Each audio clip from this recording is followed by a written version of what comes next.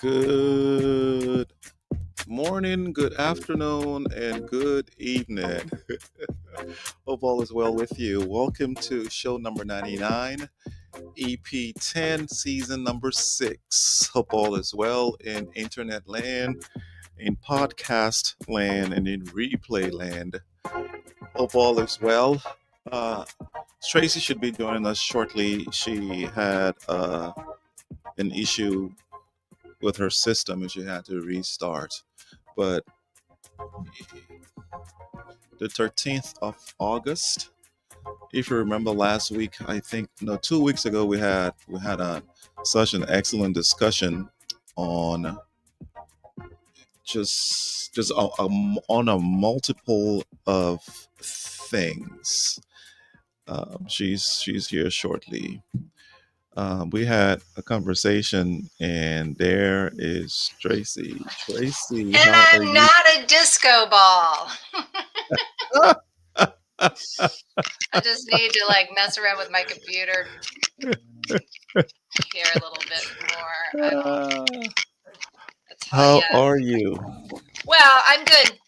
Technology has not been my friend the last week or so. I had a presentation that I've been preparing for literally since the beginning of the year. And we got there. I was co-facilitating it and got there and I couldn't start my laptop. And we had all the people in the place, tech people trying, can't start the laptop, couldn't even restart the laptop, couldn't act it wasn't just we need to get on the internet kind of thing. It's it wouldn't, right?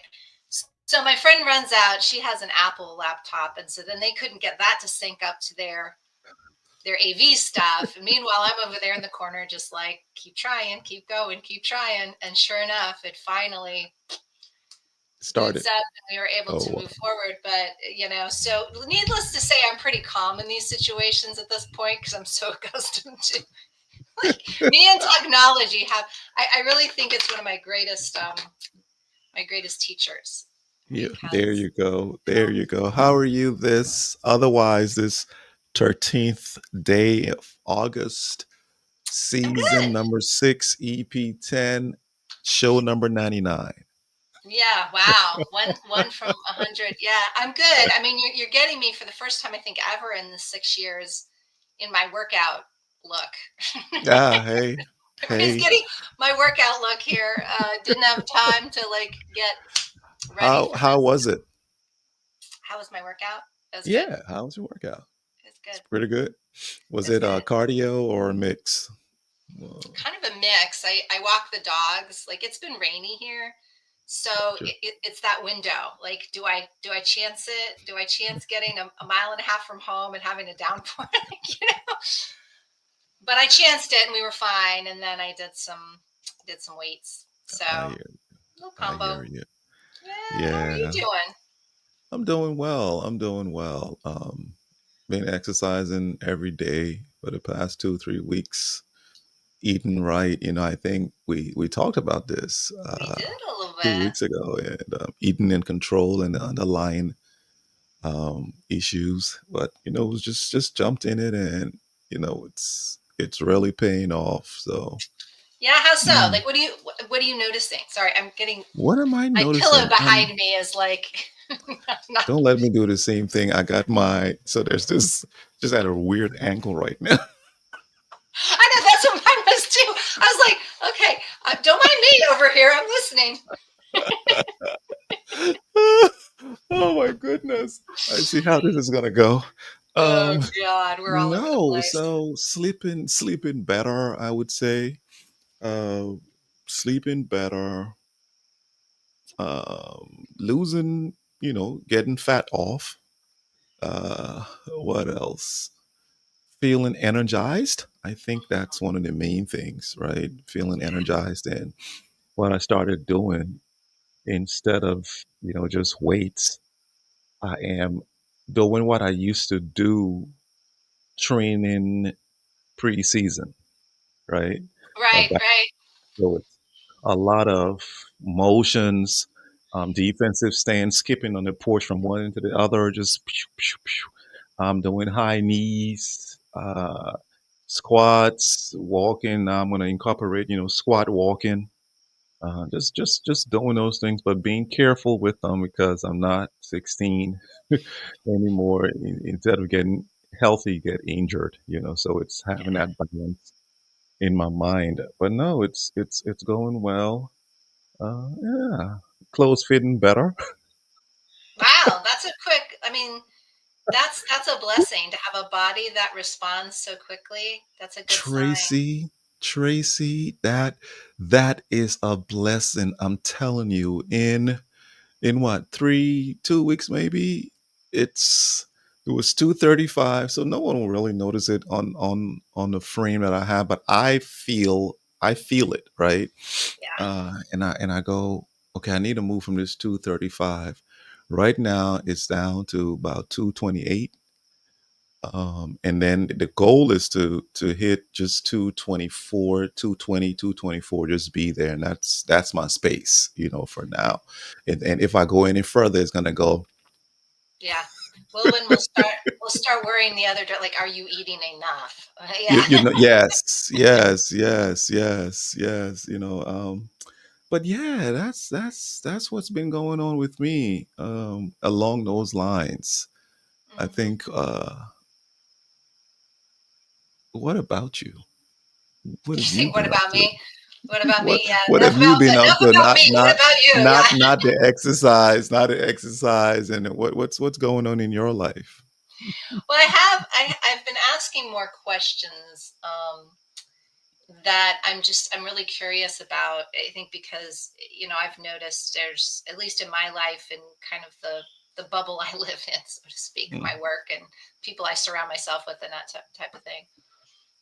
There's a real shift, into this kind of concept of authentic self, and we were talking about this last time, right? But mm, I'm seeing it deepen, right? Where with the more things get, and every time you think it's gotten crazy enough, it gets a little bit, you know, the dial moves a little bit more, but for me, chaos is where creation happens. And mm, so the question then becomes, if something is getting chaotic, or crazy, what is it offering you to change, right? What to create anew, to create differently, to mm, approach differently, to look at differently, and so I've started thinking about like words that I really like and the definition of those. I've been asking people. So two of my words are vibrancy and vitality. And I've been asking mm. people, what does vibrancy mean to you? Like, how would you And not just how would you describe it, but what is your relationship with vibrancy? Like what are your thoughts on it? What are your feelings about it? And then vitality. And it's been really interesting conversation. Mm. Um, as far as that goes. So yeah, that's kind of, sitting back and seeing, I think it may be more of my finger on the pulse of what other people are experiencing right now. I mean, aside from the people like my clients and all of that Mm-hmm. who I typically talk to about these things, just in general, you Yeah. know, kind of asking, Wow. because I'm a language person, so it starts always with words for me, or it seems to Mm. start with words. Yeah. When I hear vibrancy, could you put your volume up a bit? Is it Yes. possible? Yeah. Um, and let me hear you.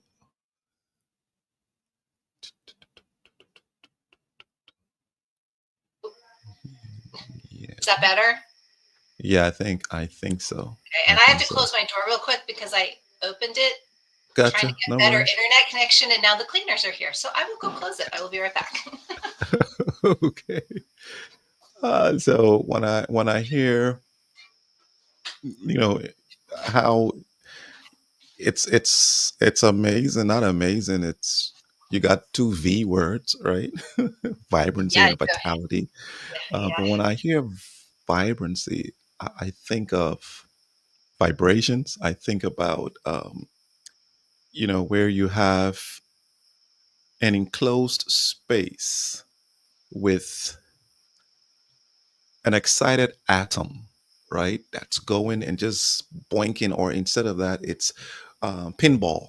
I think pinball, right? When you and it goes and it starts hitting all the corners, right? But hitting it with precision and getting what you need to get done, and you're being accurate in your movements, but you're just you know um, vitality. I think life. I think operating. I think an oil change. I think I'm serious. I think Yeah, an no, this is oil great. This is what change. I like, I random think things that people say. I think I changed the fuel injectors and also the spark plugs. And I'm going from 0 to 60 in 3.2 seconds, where the car was lugging because I hadn't done the change. Now it's primed, a system that is primed and doing what it's supposed to be doing. That's why when I see those two words, That's good. That's a interesting. great analogy for ourselves. The Yeah. car, right? Mm, Analogy and the spark plugs and mm, changing the oil and all of that. It's like, okay, what would that be akin to in our lives?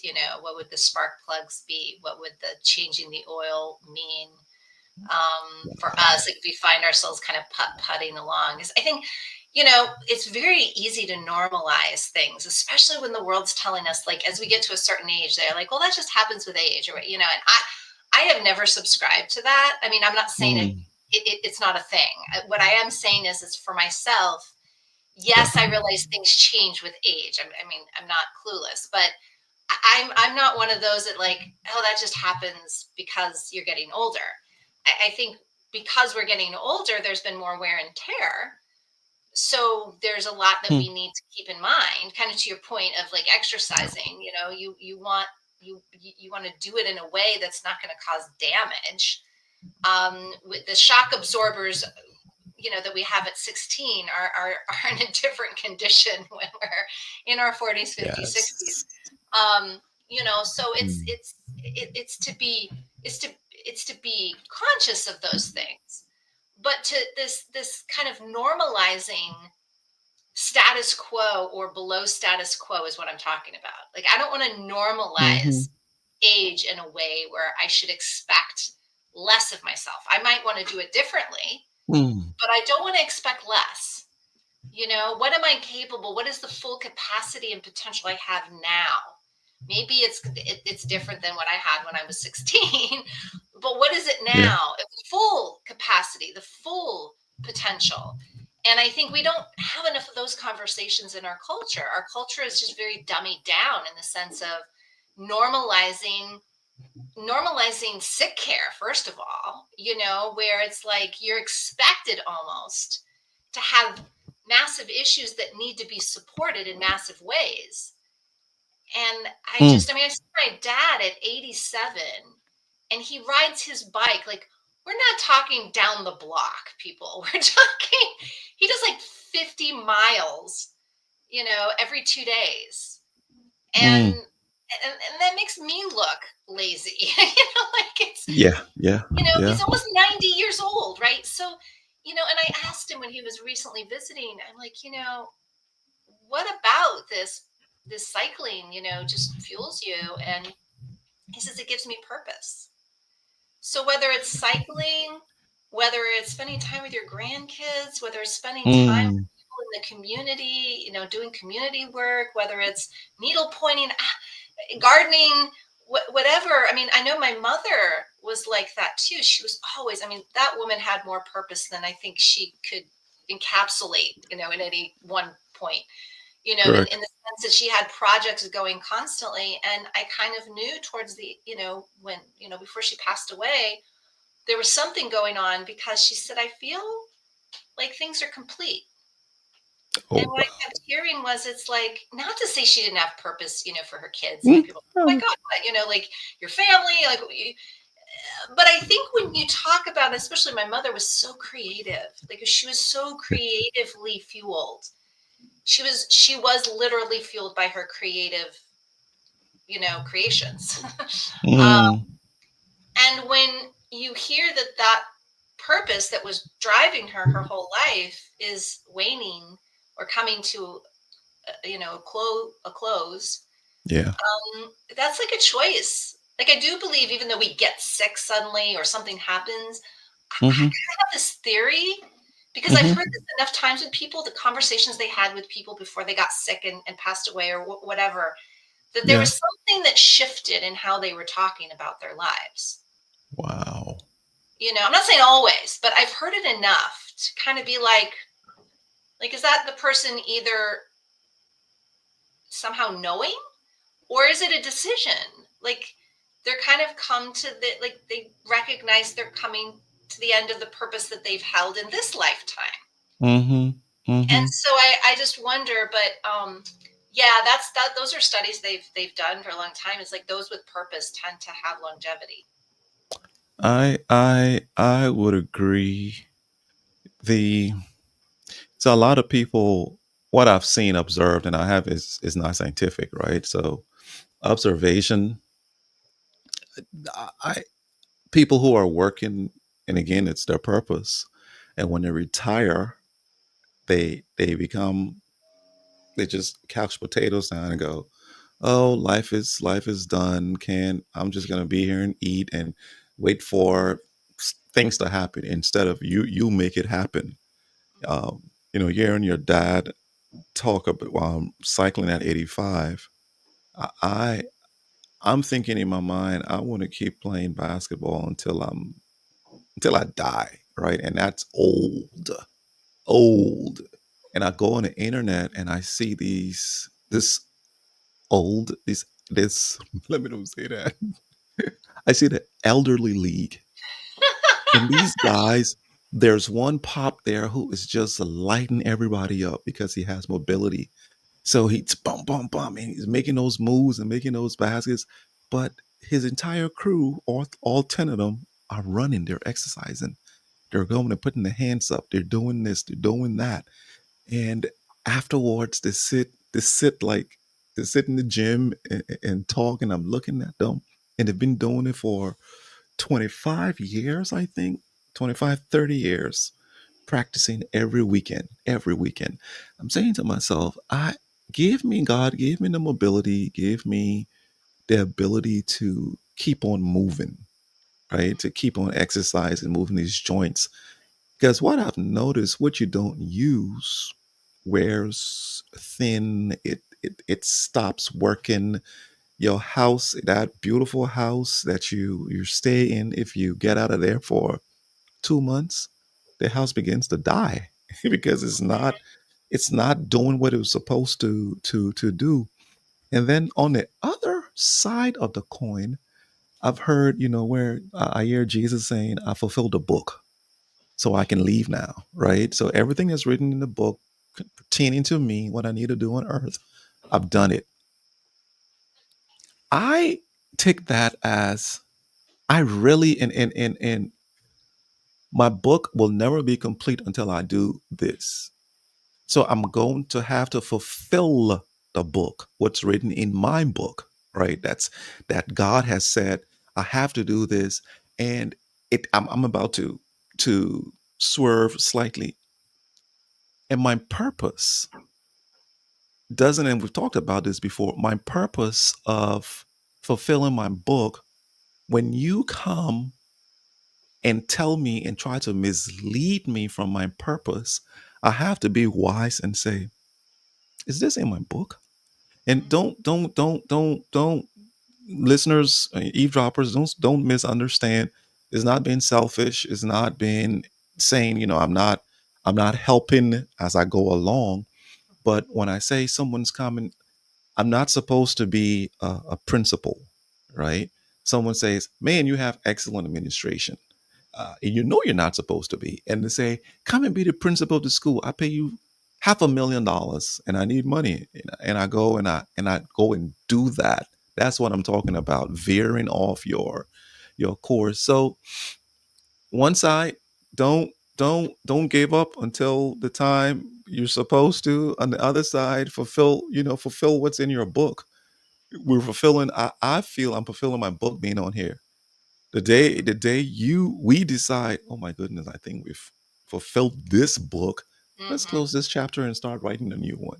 Right, You absolutely, know? 100%. Well, and for me, that's personal alignment, right? Like I think we talk, like I know in my work, I talk about it all the time. Like this isn't about just because you can doesn't mean you should, right? Oof. It's just because you're capable or you have need or whatever, it may not be in alignment with what you're here for, and it's Mm, and it's up to you to determine what that is.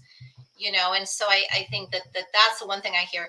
I don't know why I thought of this as like talk about taking a total different tangent, but when you were talking about when you leave the house for 2 months, yeah. the house then doesn't have a purpose because nobody's living in it. It made me think of this research that I saw on houseplants. Uh huh. I don't know if you've heard this, but so houseplants have this relationship that they have knowingly established with us. They know that we are their caregivers, right? Because they Hmm. don't live out in the wild. So, they rely on us for food and water and, all that stuff and temperature, depending on the kind of house plant. Correct. And just like animals, when we have animals and we go away and we come back and they're so excited to see us, it's the same thing. I mean, they know they have this relationship with us and we're their caregivers. And so they're super excited to see us because they're like, yay, they Mm, didn't leave us behind. The plants do the mm, same thing. They've put these little electrodes on the plants and they've measured the vibration of the plant, the vitality vibration of the plant. And when mm-hmm. you leave the house, it goes down. And when you come back in the house, it goes up. So you walk in the room and the house plants literally like light up. And it's like, Wow. there's my caregiver, yay! Just like a puppy, I thought it was so sweet and cute. Mm, But I think that's the thing is that we think our purpose is just in doing, not in being. Like what do I need mm, to do in this? I haven't done enough in this lifetime. I haven't done all the things on my bucket list. I haven't, and that's all great. It's good because we are here to experience, I believe, and create. mm, But I think we put so much emphasis on that. Like we don't realize that just being in a room makes a plant happy. That just being in a room makes our animals happy. That just wow. being present makes our friends and loved ones happy. Mm-hmm. That we could be sitting there Mm, doing nothing and our beingness, our energy, our presence is a mm, gift. People have mm. determined for themselves, not us saying, hey, I'm a gift. like True. we have become special in their lives and us being present in their lives makes them happy. Wow. And Wow. I really want to put an emphasis on that because right now with so many things going on and people are finding themselves kind of feeling like, I've heard this from a few people, like, I feel stuck. I feel like I can't do what I want to do. And, with the economy or the this or the that, I mean, there's always things that we can like sit there. Sorry, I just kicked my trash can over. Mm-hmm. You know, that we could always point fingers to why we can't, right, do something. And I said, well, maybe it's because you're not supposed to be doing that thing right now. Maybe you're supposed to be doing something else, or maybe you're supposed to just be being and noticing, being present and noticing what you notice by being present. Maybe because Wow. you're so busy doing, you're missing the cues and you're supposed to catch them. Mm. Well, maybe Mm. it's about working on your inside and not so much on the outside.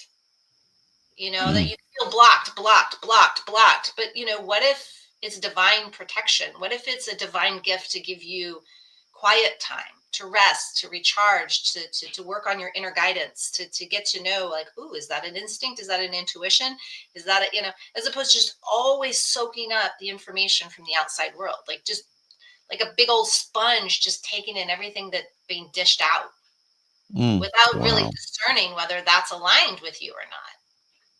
Right? You just react to it. That's and causes anxiety. That causes fear. That causes whatever, instead of Mm-hmm. saying, does that even resonate as true?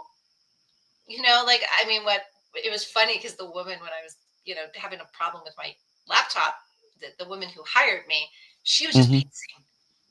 Are you okay? Are you okay? I'm like, I'm fine. I'm just gonna keep doing the, she was like getting coffee and like, is it gonna work? I said, Mm. look, if I have to draw pictures on the whiteboard, I'll do that. Like, I'm not worried. Like, I'm not, but it just was really interesting. And I was busy doing my partner, who I was doing the presentation with, she was like, it was hysterical to watch her because she was more nervous for us. Like, she was enough nervous for us. Like, we know we would have been fine. I mean, we've done this so many times, right? But and it's not even that. It's just we chose, right? We chose to say it's either going to work or it's not. Yeah. We're going to do Yeah. what we can do, and that's all we can do. And then if we need to pivot, we'll pivot. Will it be the same presentation we thought we were going to have? No, of course not. But it's still going to have value, right? So I think that that's a way of being, and saying, okay, I'm going to work with what I have, as opposed to Mm. trying to work with what I don't have. In that case, it's like, what I don't have is internet connection right now, and I am going to be reacting to the fact I don't have internet connection, or I'm going to currently work with whatever I do have, which right Wow. now isn't a whole lot, but let me see what I can do with it. Yeah. No, you're right. Right? Um, I'm hearing, I'm getting feedback. Are you getting feedback from my? No. Okay, good. No, c- in Liberia, once in a while, not once in a while, in a day, your electricity will go maybe 2 or 3 times. And if you're blessed, it will be 5 minutes. If you're not, it's going to be an hour or two. Um, so we have this solar and a generator, plus the LEC. So just having those contingencies. When I look outside as a street light in the yard, that when I look at, I know there's power coming through.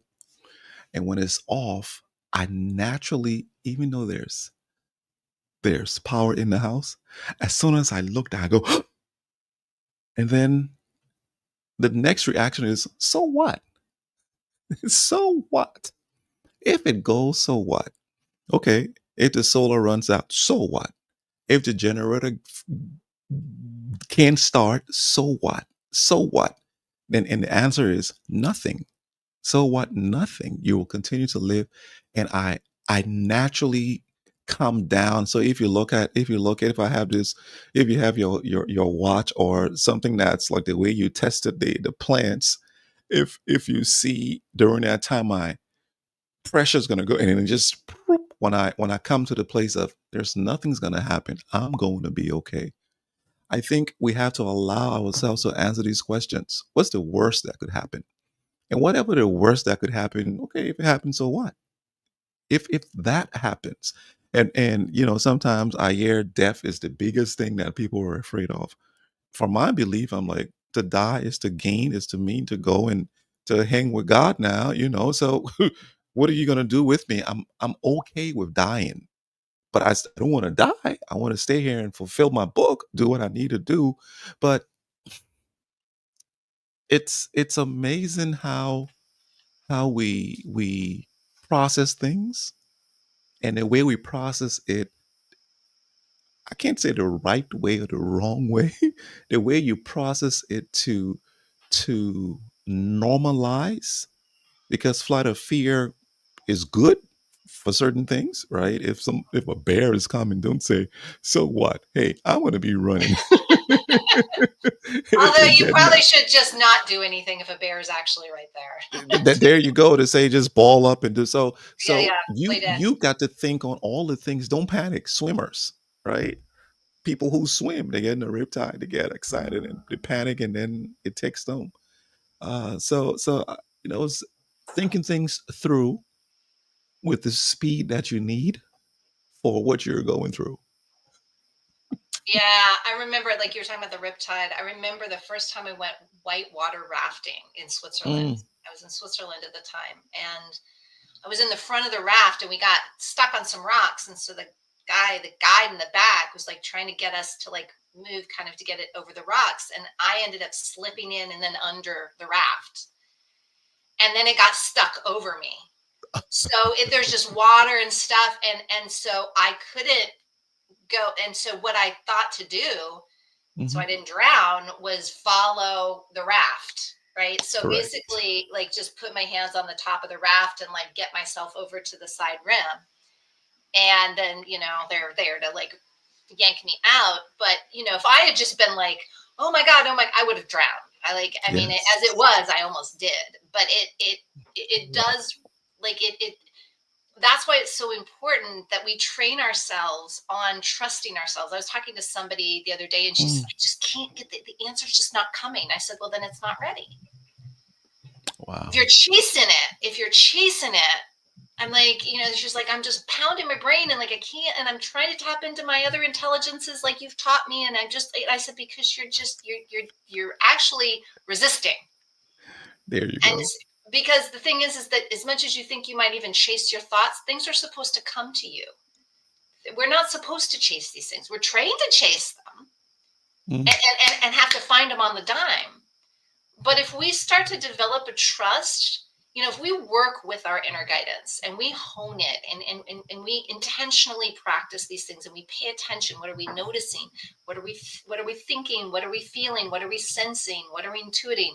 If we're always working again on developing these things, then we can mm, trust that in the moment when we need to use them in order to make sound decisions, we will. But we mm, don't have to chase, and that's how our system has been built, that we need to be able to time. I need to be able to find that in a certain amount of time, right? In school, we take tests and they're timed. We're given a time to expose ourselves and understand material, and we move on, right? And we're not just, we're, mhm, we're literally trained against the way we were designed humanly, right? The human design, we're trained against it, right? Our human design is to be more like animals because we are animals. We're a higher degree of animal in mm, the sense that we have a brain that can do more than most animals. Although the jury's out on that. They're now finding that some of these things that we thought about animals actually is untrue. mm, And dogs are some of the greatest gurus, so are horses and dolphins and some of these other animals. But it's one of these things that we've just been trained away from it. Like we have to be these Pavlovian dogs and do it on command. And mm, that's not how we're designed. We're designed to understand, have an innately connective sense of time, right? What's the right timing? I mean, I've had this conversation with so many clients. We're talking about things and they're developing, and then because we're working on this stuff, they're like, I just don't think the time is right. I want to put this off. I want to get in touch with my executive leadership team and say, I think we need to push it out another week. I just, as a leader mhm, of this, I don't think the time is right. And that's coming from instinct and intuition mostly, and also heart coherence. You Mm. know, is that it's the non-thinking, the non-cognitive intelligence that's saying, and I can't tell you why it's not time. I can just tell you it's not time. Yeah. Wow. You know, That. and I think what that does is it, you know, we talk about faith and trust in religion or in spirituality, right? But I think we need to extend that to life, right? That we need to have faith and trust in ourselves more, right? Than we have Mm. faith and trust in these timelines that we've been enculturated to, right? Wow. And that's what I want to see deconditioning on is this idea of everything has to be in this time frame, in this box, in this way, in this presentation package, you know, because the more we get in sync with our own timing and our own alignment and our own purpose and our own guidance and, you know, all of that, the Mm. more we hit it on time, the Wow. more we have, like I was saying to somebody the other day, of long gone are the days when something gets canceled or whatever and I'm like, oh my gosh, long gone. Mm. For years I've realized that when something changes, it's something else takes its place that is, it's more timely. It's like, Yeah. thank goodness that person canceled, because otherwise I wouldn't have this chunk of time that now my daughter comes in and she needs my help on something, and, you know, and I would have been on the phone, and right. So I think if we just get more in the flow, like I know we were talking about Mm. flow last time, more in the Hmm. flow. And people think flow is just like sit on your back and not do anything. No, it's a very active, very, very active thing, flow. Right? You It's just, vibrant. it's vibrant, it's vital, it's tapping into the deepest core aspects of yourself. Mm. And it's Mm. gaining trust and momentum with them. Right? It's partnering with them. It's trusting them. It's you know, it's a lot of things that most people have just not even heard, much less learned how to do growing up. Yeah. You know, Yeah. so it's great for me because I'm working with adult children.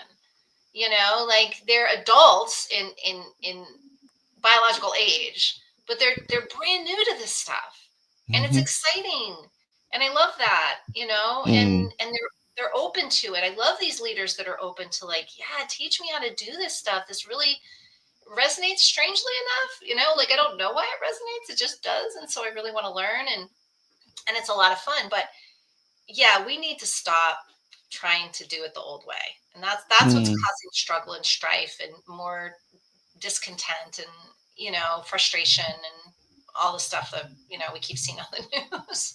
Wow. Definitely. You know, you had vitality and vibrancy, and now struggle and strife. Mm. And you're sitting looking at each other. Which one of us are going to choose, right? Yeah, Struggle and right. strife, or vibrancy and vitality? Well, I choose. I don't know. You know, you were talking, and something just jumped to my mind when we're talking about flow. We we're returning we're in Brussels, flying to Liberia. I don't know if I told you the story. Did I tell you the story? We're flying. So I get the exit row seats because they're longer. I mean, enough space. So we fly from Raleigh to New York, from New York to, and mind you, the I'm gonna tell you the entire trip. We get to Raleigh. We're in Raleigh, rather, about to fly. We say it's an hour flight, so I really don't care about my legs. If it's over 2 or 3, then I really care. So it's an hour flight. Don't get any extra rows. So we get there and look at the seat. I'm like, okay. As we pass the lady who boards us, she goes, "Can you give me a ticket, please?" So she takes it in. We give you new seats. I'm like, okay, thank you. I'm like, give us new seats. What did we do? We get there, is an exit row. I'm like, thank you, Lord. We sit. We land in New York. New York. We're flying from New York to. In fact, when we get there, we know the people there now. And they're like, "Hey, you're going back? Yeah, we're going back." Oh, let's make sure your rows are exit rows. I'm like, "Yeah, we did." Ferlin says, "Yeah." They checked the first one. She says, "Yes, they are." And she takes us. She takes. I'm not even going to call it airline because what you did, they take us from where we are, and even though we have TSA, we she just takes us to the front of the line, just favor, because she has her badge and she's walking. Oh, I'm taking these two. So we get there, we get in the plane, we fly, we land, about to leave again, and we get in the plane, and we're sitting in the tightest spot for 8 hours. And I'm looking, I'm like, Berlin, I can't do this. And she says, "Yeah, these seats are so small. They're packing us like sardines now." I'm like, "Okay." So we're sitting in there. We have 4 bags, carry on, and so backpack, and your carry on. And the plane gets full. We're about to start taxiing. They ask this older gentleman, he's about 65, 70, gray hair, just solid weather beaten, right? So he's a man's man, just. And it says, "Sir, you have to put your bag. We have to check your bag in and put it under the plane quickly. It's a backpack." He says, "No, you will not check my bag in." So prior to that, I'm talking, and I've seen people struggle, and the Holy Spirit tells me, um, "Give your space, give your bag, give one of your bags, so someone can put it on." Because I have a huge backpack. So I'm looking, I'm like, to who now? Who should I give it to? I'm like, okay, I'll observe, right? I'll have my antenna up, and then I hear the commotion, and they start to take him outside the plane to the. They start to take him to the exit of the plane, and I'm looking like, and I had already talked to the hostess, the guy, and said, "Man, is there any exit row, man? After the plane has been boarded, please, before we go, can you just give me a seat?" And like, "Sure." He says, "I think there's one seat there." I'm like, "Oh, really? Cool."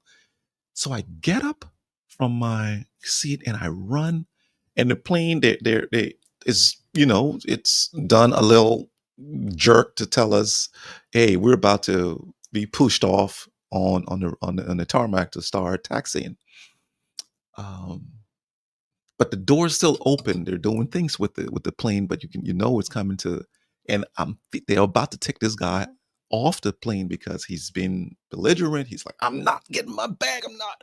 So I run to the plane to the door, and they were talking to him, and I said, "Hey, hey, hey, what's going on here?" And they're like, his bag." I said, "No, I got a solution. I have a solution." They're like, "Really?" I'm like, "Yeah, yeah. Come on, come on." She's like, "Okay, thank you, thank you." So I run, take my bag, put it under. Now I put it in my tight spot. Now I can't even sit, and I put a bag under, so my feet are now like this instead of going like that under the seat. Uh, and the hostess come in, "Thanks a lot." It's like, "Oh, you can go down to your seat right next. Where is this guy sitting, Tracy?" He's sitting in the exit row. I sit next to him. When I sit next to him, it's three seats. He's here. I'm here. Another person's there. And he says, "Man, thank you." I'm like, "Nah," I say, "It's nothing." I said, "What was in the bag?" He says, "Man, I got all my important papers. This is the third time they will lose my bags if I do this. They've done this before, so I'm not doing it." I'm like, "Okay, I'm sorry, man." Verlin's 2 or 3 seats ahead, and she turns around and says, "Hey, sweetheart, you okay?" I'm like, "Yeah, I'm okay." I'm like, and she said, "I'm gonna miss it. I miss you too. You just be in your seat there. I'm okay here." He says, "Is that your wife?" I'm like, "Yeah, it's my wife." I'm like, he says, "I'm so short. I'm okay in a submarine. So you think your wife wants to sit next to you?" Hmm. And I look at him and go, "Sure, I think she is." She says, "Let's do it." So he gets up, he goes to her, "Hey, go to your husband." So she comes, and we sit in the exit row seat, and we go, "Oh my goodness. What is this? Here's what it is, Tracy. We have to give to get. We cannot hoard. We cannot hold on. We cannot. It was such a sober reminder to me when the spirit says, give your bag, move your bag from there and let him have it. And I'm like, oh, what am I gonna do to give my bag? It's gonna be tighter here. Like, give your bag. I want to do something. I want to do something in your life that's going to be so amazing. I'm like, okay, gave the bag in less than a couple seconds. Boom, we're sitting where we wanted to sit. So I'll let you unpuff this. Uncuff it. Yeah, I have a lot of thoughts, as you can Oh imagine. my goodness, it was amazing, Tracy. I love that. I love that story. And I think it illustrates really well this Mm, idea of attachment, right?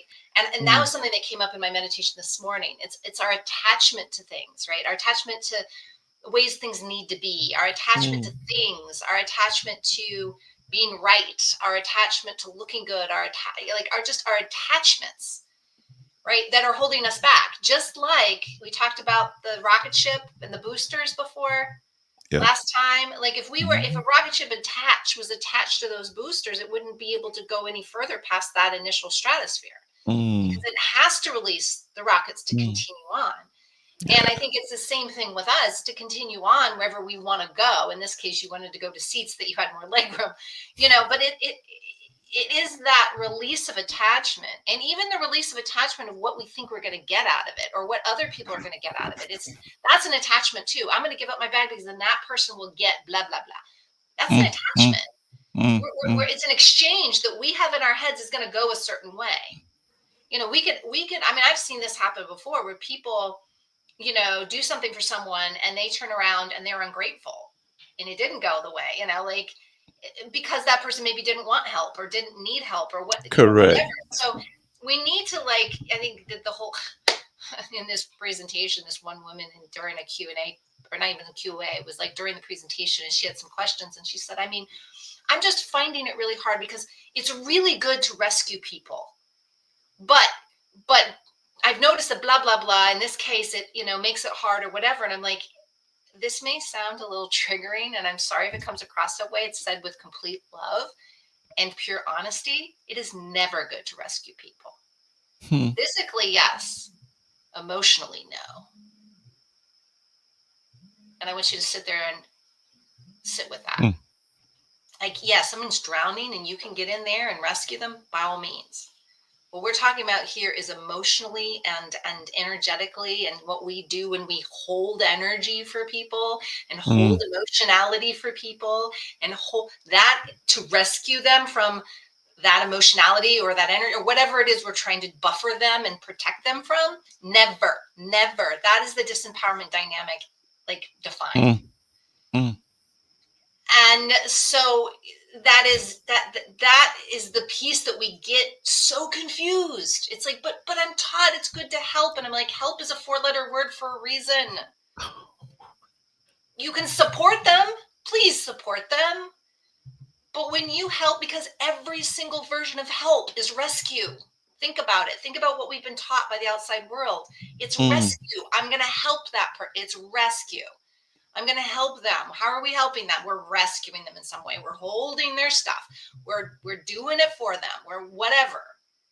And no bueno. Wow. So that's the key piece that, we attach ourselves to this way of being based on how we've been taught, good versus bad.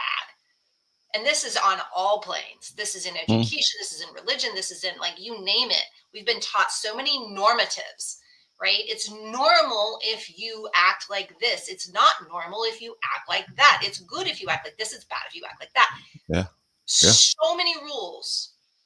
We need to release the attachment to that. Mm, Because mm, guess what? When they've done studies on perspective, and when it's been this right wrong kind of test, where it's like they create a scenario and then a person acts a certain way and then they ask people,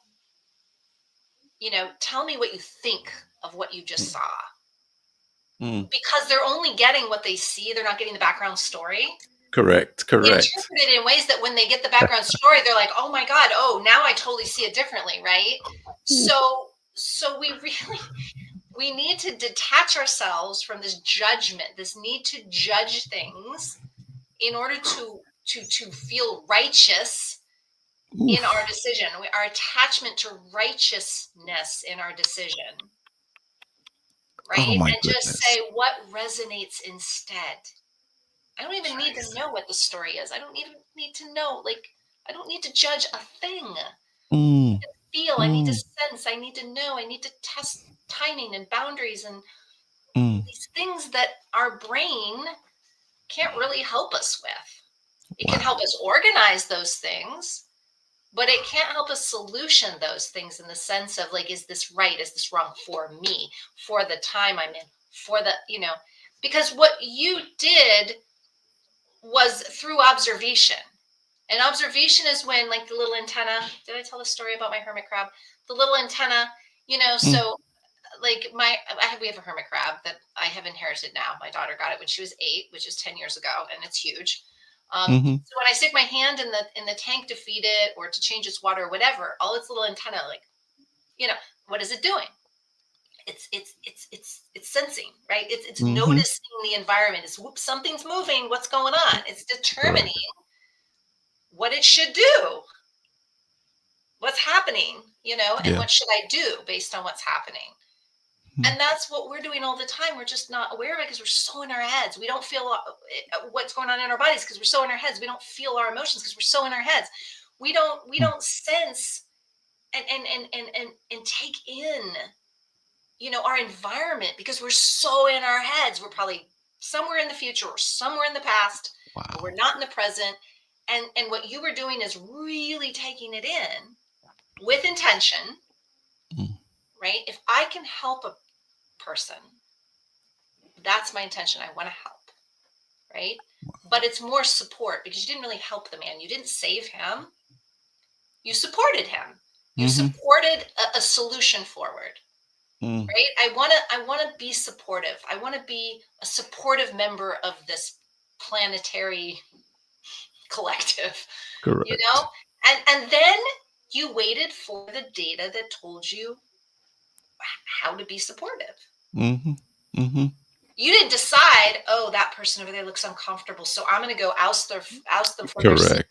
Better for Yeah. them. They're going to be happier that way.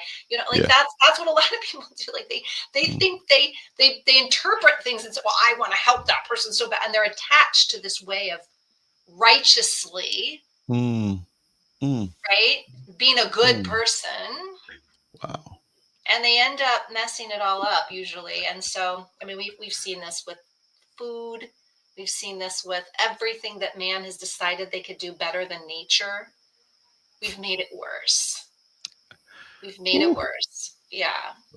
You were talking about seeing the afterplay of the actions that are behind the curtain and us making a decision on there. And I've prayed and prayed, Lord, may I not take any sides, because until I hear the third side of the story, until I've heard the third, and every time I hear the third side of the story, which is the backside that brought it, I'm like, oh my goodness, this is, I see why this occurred. So I understand it now. You talked about uh, helping and rescuing. There's this young man who thought I was his rescuer. So you have a lot of people who think they in this in certain in play everywhere around the world, right? But this particular guy thinks I'm a rescue. I'm that person who will rescue him from any and everything. So he calls me on day X and tells me to bring him, something from the States. And I brought it.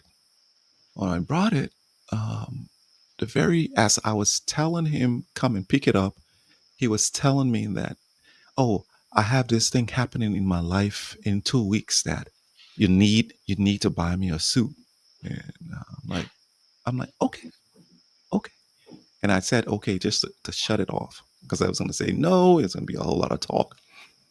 He called me 10 days from 14 to 10. I'm like, no, I can't talk right now. Call me 7. I said, no, I can't talk. I said, I can't do it. Oh no, you have to do it. You have to do it. I'm like, okay. 3 days before, one day before, I texted him. I said, and I said, I will not become your God. I said, I will not become your God because God just might get jealous and do something with me, to me, for being your God. And I don't want to be your God. Go to God. God is going to take care of you. And guess what? If you can't get the suit, you can't get the suit. That's it. So my parents used to say, what you want? You want us to go behind on the tree and pick the money that you're asking for? Daddy, but we need. I'm like, I don't have it. And I go, oh my goodness, these people are so broke. Da, da, da, da, da, da. And here I am today living. So I told him, I said, you will learn in this process. He calls me after. I said, did you get the suit? Yeah, I got the suit. And I'm like, good. I said, I hope you didn't have to kill somebody or beg somebody to get it. You waited to see what would come to you. And Tracy, our anxiety, and you talked about the attachments, our anxiety for the attachments for even the attachment that you want, you wish to have, you tend to debase, you tend to put yourself in a position that's never was the intention of how you will get that. Oh yeah. So Well, we cut it off. We cut it off. I mean, I like to use the food analogy. If you go into a restaurant, you look at the menu, the server comes up, asks you what you want, you tell them, you give mm-hmm. them the menu, and then you enjoy yourself until the food comes, which is akin to trusting. I mean, I'm not sitting there thinking to myself, oh my God, is my food going to come? And is it going to come the way I want it? I mean, some people I guess do, but like you release it. You release the attachment to getting it. Yes. You put in your order. So we think about that. We put in our order to God. We put in our universe, whatever you believe, right? We put out there what we want. We set our intention, and then we release it. And sometimes the food comes in the time frame we expected or wanted. Sometimes it doesn't. Sometimes the food comes as we wanted it. Sometimes it doesn't. Sometimes we'll get something that we didn't order. And it's maybe sometimes I've had that happen where they're like, oh, I'm so sorry. Somehow I thought you said this. And I'm like, well, maybe let me look at that. No, that looks good. It ended up being better than probably the thing I ordered. So like you just, we release it. And if we can think about those things in our lives where, yes, it's important to know what we want. And yes, it's important to be intentional. But once we do that, we need to release that attachment to that thing. Right? Or how it's going to be, or when it's going to arrive, or, it's, I want this opportunity. Great. You're given this opportunity. And maybe that opportunity ends up being like a chaotic, crazy show. The worst. And you're like, why the heck did I want this? This turned out to be a chaotic, crazy show. But then if you're in it, in those first 10 minutes when I'm trying to get my presentation to come up, it's like, what did I learn? I'll tell you what I learned. I learned to just relax. Because I can honestly feel anxiety in me when, like, even the thought of having to do something technological. In the past, I would just have this constant anxiety that something could go wrong. And most of the time it didn't. But then when it did, it's like, there it is again. There's that thing. So then when the thing happens, I'm like, I'm going to train myself actually to not be anxious, even when the actual thing is happening. And I was amazed. I saw you when we got on here. And I said, like, whoa, and some access thing, this thing is just blinging, and I don't know. And I'm looking at you, and you're like, well, you know what? I'm going to just restart this computer and see what. And you texted me, and I saw, I'm like, that's what hasn't happened here before, right? Like, no. I mean, again, live and learn. But I don't believe there's anything that's happened in my life that hasn't been there for a purpose of some sort. Now, that is not to say that some of the things I would want to have happen again, but it's, I think if we can work with what we have, with an understanding and a curiosity that there's something in it for us, then we experience it very differently. But yeah, I think honestly, it's like let go of the attachments. Be Yeah. intentional, be self-directed, and let go of your attachments. Hey, that's show 99 for you guys. Vibrancy of it and vitality or struggle and strife. Hope you see you in the next 2 weeks. Tracy, it's been a good one. Have a good rest of your next 2 weeks until we see you again. Thank you. You too, Wilwin. Bye, everyone. Bye bye.